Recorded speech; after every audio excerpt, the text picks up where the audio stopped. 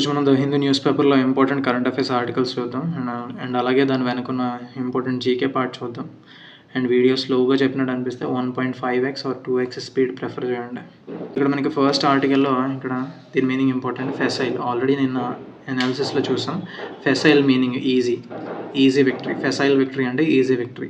SSC ఎగ్జామ్స్కి important. And మన union finance minister Nirmala Sitharaman and Russian president Vladimir Putin.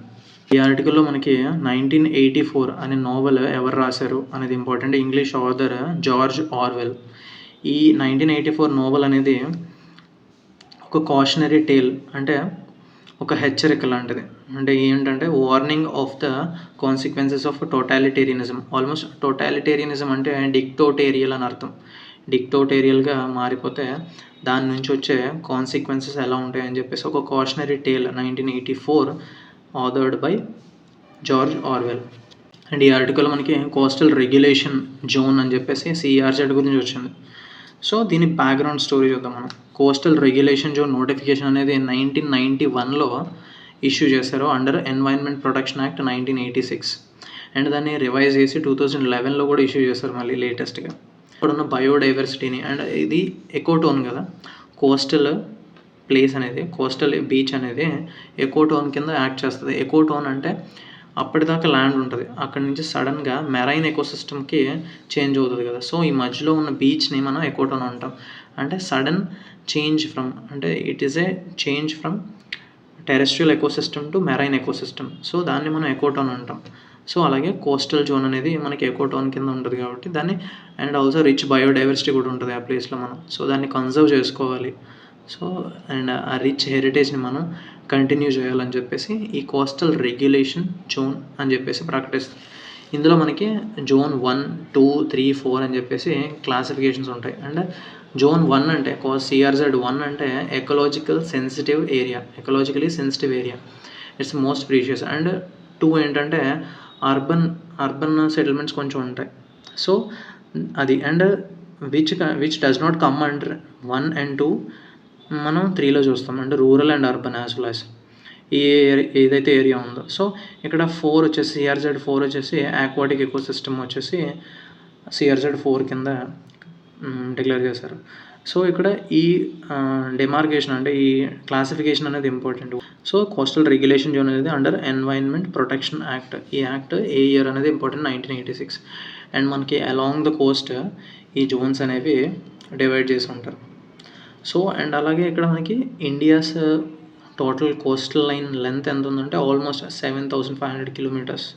And ఇక్కడ మనకి invasive water hyacinth turned into organic manure in west Godavari.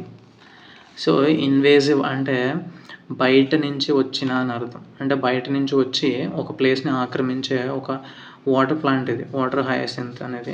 ఎక్కువగా మనం చెరువుల్లో చూస్తూ ఉంటాం. ఈ టైప్లో ఉంటుంది, పిక్చర్లో ఇచ్చిన టైప్లో ఉంటుంది. చెరువు మొత్తాన్ని ఆక్రమిస్తుంది. సో మీద నుంచి సన్లైట్ కింద ఉన్న ఆక్వాటిక్ ఎకోసిస్టమ్కి వెళ్ళకుండా సో అది రిస్ట్రిక్ట్ చేస్తుంది. సో ఇది గ్రేట్ ప్రాబ్లం ఫర్ ఆక్వాటిక్ లైఫ్కి, ఇది ఒక థ్రెట్. సో ఈ ఇన్వేజివ్ వాటర్ హయాసింత్ని ఆర్గానిక్ మాన్యూర్ కింద కన్వర్ట్ చేస్తున్నారంట with the help of women self help group. Self help groups అంటే డ్వాక్రా గ్రూప్స్ అవి ఉంటాయి కదా, వాటిని సెల్ఫ్ హెల్ప్ గ్రూప్స్ అంటారు. So with the help of, in collaboration with them, so దీన్ని ఆర్గానిక్ మాన్యూర్ కింద టర్న్ చేస్తున్నారు, అంటే కన్వర్ట్ చేస్తున్నారు. సో ఇది ఒక ఎన్వైరన్మెంటల్ ఛాలెంజ్. ఈ ఇన్వేజివ్ ప్లాంట్ అనేది ఎన్వైరన్మెంటల్ ఛాలెంజ్, దాన్ని ఒక ఎకనామిక్ ఆపర్చునిటీ కింద మార్చుకున్నారు. సో దీని సైంటిఫిక్ నేమ్ ఇక్కడ ఇది ఇంపార్టెంట్. సో ఇది best example and sustainable resource కింద మార్చడానికి. సో ఈ ఆర్గానిక్ మాన్యూర్ ఆక్వాకల్చర్కి ఉపయోగిస్తారు, అండ్ అగ్రికల్చర్లో ఉపయోగిస్తారు, హార్టికల్చర్లో ఉపయోగిస్తారు. సో దీన్ని మనం ఎన్వైరన్మెంటల్ ఛాలెంజ్ని ఎకనామిక్ ఆపర్చునిటీ కింద మార్చుకున్నామని చెప్పేసి ఈ ఆర్టికల్ ఇచ్చారు. అండ్ ఇక్కడ ఈ ఆర్టికల్లో Kerala chief minister Pinarayi Vijayan and governor ఎవరంటే రాజేంద్ర ఆర్లేకర్. అండ్ ఇక్కడ ఈ ఆర్టికల్లో protection of children from sexual offences act 2012 ఇయర్లో ఎనాక్ట్ చేశారు. So after the ratification of UN convention of child rights act 1992, ఈ కన్వెన్షన్ని ఇండియా ఎప్పుడైతే రాటిఫై చేసిందో దాన్ని ఇంప్లిమెంటేషన్ చేయడానికి ఈ పాక్సో యాక్ట్ అని చెప్పేసి 2012లో ఎనాక్ట్ చేశారు. సో ఈ పాక్సో యాక్ట్ ఏంటంటే చైల్డ్ సెక్షువల్ అబ్యూస్ని క్రిమినలైజ్ చేస్తుంది. అండ్ ఇక్కడ ఈ ఆర్టికల్లో మనకి హెచ్ఐవి అని చెప్పేసి ఇచ్చారు. హెచ్ఐవి ఫుల్ ఫామ్ ఏంటంటే human immuno deficiency virus. So ఈ హెచ్ఐవి వస్తే ఏమవుతుందంటే ఈ వైరస్ ఏం చేస్తుందంటే ఇమ్యూన్ సెల్స్ పర్టికులర్లీ CD4 అనే ఇమ్యూన్ సెల్స్ని డిస్ట్రాయ్ చేస్తుంది. సో ఇమ్యూనిటీ తగ్గిపోతుంది దానివల్ల. ఇమ్యూనిటీ తగ్గిపోవడం వల్ల సో ప్రొలాంగ్డ్ హెచ్ఐవికి ఎక్స్పోజర్ ఉంటే అది మనకి ఎయిడ్స్ కింద కన్వర్ట్ అవుతుంది. So acquired immuno deficiency syndrome, మనకి ఇమ్యూనిటీ తగ్గిపోతుంది. సో ఇమ్యూనిటీ తగ్గిపోవడం వల్ల అదర్ క్యాన్సర్ రిలేటెడ్ ఇష్యూస్ కానీ క్యాన్సర్స్ కానీ వస్తాయి. సో ఆ ఇమ్యూనిటీ తగ్గిపోవడం వల్ల ఎక్వైర్డ్ ఇమ్యూనో డెఫిషియన్సీ సిండ్రోమ్ అని చెప్పేసి ఎయిడ్స్ కింద కన్వర్ట్ అవుతుంది. అంటే హెచ్ఐవి స్టార్టింగ్ ఏదైతే వైరస్ ఉందో దాన్ని హెచ్ఐవి వైరస్, బట్ సిండ్రోమ్ వచ్చేసి యాక్చువల్ డిసీజ్ వచ్చేసి AIDS. And world AIDS day మనం December 1 జరుపుకుంటాం to create awareness among the people. Awareness create చేయడం కోసం December 1 జరుపుకుంటారు వరల్డ్ ఎయిడ్స్ డే. అండ్ ఇక్కడ మనకి దీనికి పర్మనెంట్ సొల్యూషన్ అనేది లేదు. కాకపోతే ఈ CD4 ఇమ్యూన్ సెల్స్ ఉన్నాయి కదా, వాటిని మళ్ళీ బౌన్స్ బ్యాక్ చేయడానికి, సో తిరిగి అవి ఫైట్ చేసే విధంగా చేయడానికి యాంటీ రెట్రోవైరల్ థెరపీ అని చెప్పేసి ఒక థెరపీని, సో ఈ థెరపీ తీసుకుంటే కొన్ని రోజులు ఎక్కువ బతుకుతారు అంతే. సో పర్మనెంట్ సొల్యూషన్ అయితే దీనికి లేదు. అండ్ ఇక్కడ స్పాట్లైట్లో ఒక ఇంపార్టెంట్ చాలా ఎడిటోరియల్ వచ్చింది, చాలా ఇంపార్టెంట్ ఇష్యూ. ఇక్కడ ఏంటంటే మురియా ట్రైబ్, కొన్ని ట్రైబ్స్ ఏవైతే ఉన్నాయో అల్లూరి సీతారామరాజు డిస్ట్రిక్ట్లో ఉన్నాయి. పార్వతీపురం మన్యం డిస్ట్రిక్ట్లోని ASR డిస్ట్రిక్ట్లో అవుట్ ఆఫ్ ట్రైబ్స్ ఉన్నాయి కదా, అందులో some of the tribes Muria tribe. ఈ ట్రైబ్ ఏంటంటే మనకి ఛత్తీస్గఢ్ నుంచి వలస వచ్చి AP Telangana border, AP Telangana Chhattisgarh tri junction బార్డర్లో ఉంటుంది. సో ఇది మురియాస్ ఏంటంటే ఇంటర్నల్లీ డిస్ప్లేస్డ్ పీపుల్. వాళ్ళు ఛత్తీస్గఢ్ నుంచి వలస వచ్చి ఈ AP Telangana Chhattisgarh tri state బార్డర్లో నివాసం ఉంటున్నారు. సో వీళ్ళకి ఏంటంటే బేసిక్ బర్త్ సర్టిఫికేట్స్ ఉండట్లేదు. సో వాళ్ళ బర్త్స్ అండ్ డెత్స్ని కౌంట్ చేయట్లేదు అని చెప్పేసి, వాళ్ళకి ఆధార్ కార్డ్స్ లేవు. సో గవర్నమెంట్ స్కీమ్స్ వాళ్ళకి కావాలంటే ఫస్ట్ బర్త్ సర్టిఫికేట్ ఉండాలి, లేదంటే ఆధార్ కార్డ్ ఉండాలి కదా. సో అవి బేసిక్ నీడ్స్, బేసిక్ రైట్స్ వాళ్ళకి ఇవ్వాలంటే వాళ్ళు గవర్నమెంట్ స్కీమ్స్ నుంచి బెనిఫిట్స్ పొందాలంటే ఫస్ట్ ఆధార్ కార్డు కానీ, సో వాళ్ళకు ఒక ఐడెంటిటీ ఉండాలి కదా, అవి లేవని చెప్పేసి ఈ ఆర్టికల్లో కవర్ చేశారు. So some of the important tribes అక్కడ ఉన్నాయి ఏంటంటే Porja tribe, Konda Reddi tribe, Koya tribe. So ఇవి ఇంపార్టెంట్ ట్రైబ్స్. అండ్ ఆల్సో ఇక్కడ మనకి Konda Dora tribe, Bagata tribe and Kondh tribe, PVTG అంటే పర్టికులర్లీ వల్నరబుల్ ట్రైబల్ గ్రూప్స్. ఇవి సో ఐసోలేటెడ్గా ఉంటాయి. ఈ ట్రైబల్ గ్రూప్స్ సో ఐసోలేటెడ్గా ఉంటాయి, సో ఎడ్యుకేషన్కి దూరంగా ఉంటాయి, సో బేసిక్ ఫెసిలిటీస్కి దూరంగా ఉంటాయి. సో వీళ్ళ కల్చర్ని, వీళ్ళ ఐడెంటిటీని ప్రిజర్వ్ చేయాలని చెప్పేసి కొన్ని ట్రైబల్ గ్రూప్స్ని పీవీటీజీ అంటే పర్టికులర్లీ వల్నరబుల్ ట్రైబల్ గ్రూప్స్ అని చెప్పేసి సెంటర్ క్లాసిఫై చేస్తుంది. అండ్ ఆల్సో ఈ బగతా అండ్ కొండదొర ట్రైబ్స్, పోర్జా ట్రైబ్స్ ఏవైతే ఉన్నాయో వీళ్ళు ఒడిశా నుంచి మైగ్రేట్ అయ్యి వచ్చారు. ప్రస్తుతం ఉన్న సీలేరు రివర్ ఉంటుంది కదా, ఆంధ్ర ఒడిశా బార్డర్లో సీలేరు రివర్ అని చెప్పేసి ఉంటుంది, సీలేరు డ్యామ్ ఉంటుంది. సో దాని సరౌండింగ్స్లో ఈ ట్రైబ్స్ మనకు కనిపిస్తారు. సో వీళ్ళకి స్పెషల్గా స్కూల్స్ కూడా ఉంటాయి. స్కూల్స్ అంటే EMRS అని చెప్పేసి Eklavya model residential schools and Kasturba Gandhi Balika Vidyalayas. So ఇవి centrally funded institutions, quality education provide చేయడానికి ST పీపుల్కి, ఎస్పెషలీ షెడ్యూల్డ్ ట్రైబ్ పీపుల్కి, డిసడ్వాంటేజ్డ్ కమ్యూనిటీస్ కదా వీళ్ళు. సో వీళ్ళకి ఒక క్వాలిటీ ఎడ్యుకేషన్ ప్రొవైడ్ చేయడానికి ఈ 2 స్కూల్స్ టైప్ ఆఫ్ స్కూల్స్ మనం సెంటర్ రన్ చేస్తూ ఉంటుంది under the supervision of centre. So ఈ ఆర్టికల్ అంతవరకు ఇంపార్టెంట్ మనకి. సో మురియా ట్రైబ్ అనేది ప్రస్తుతం ఆంధ్రాలో ఉంది. సో ఈ ట్రై జంక్షన్, ఈ ట్రైబ్ నేమ్స్ అనేవి ఇంపార్టెంట్.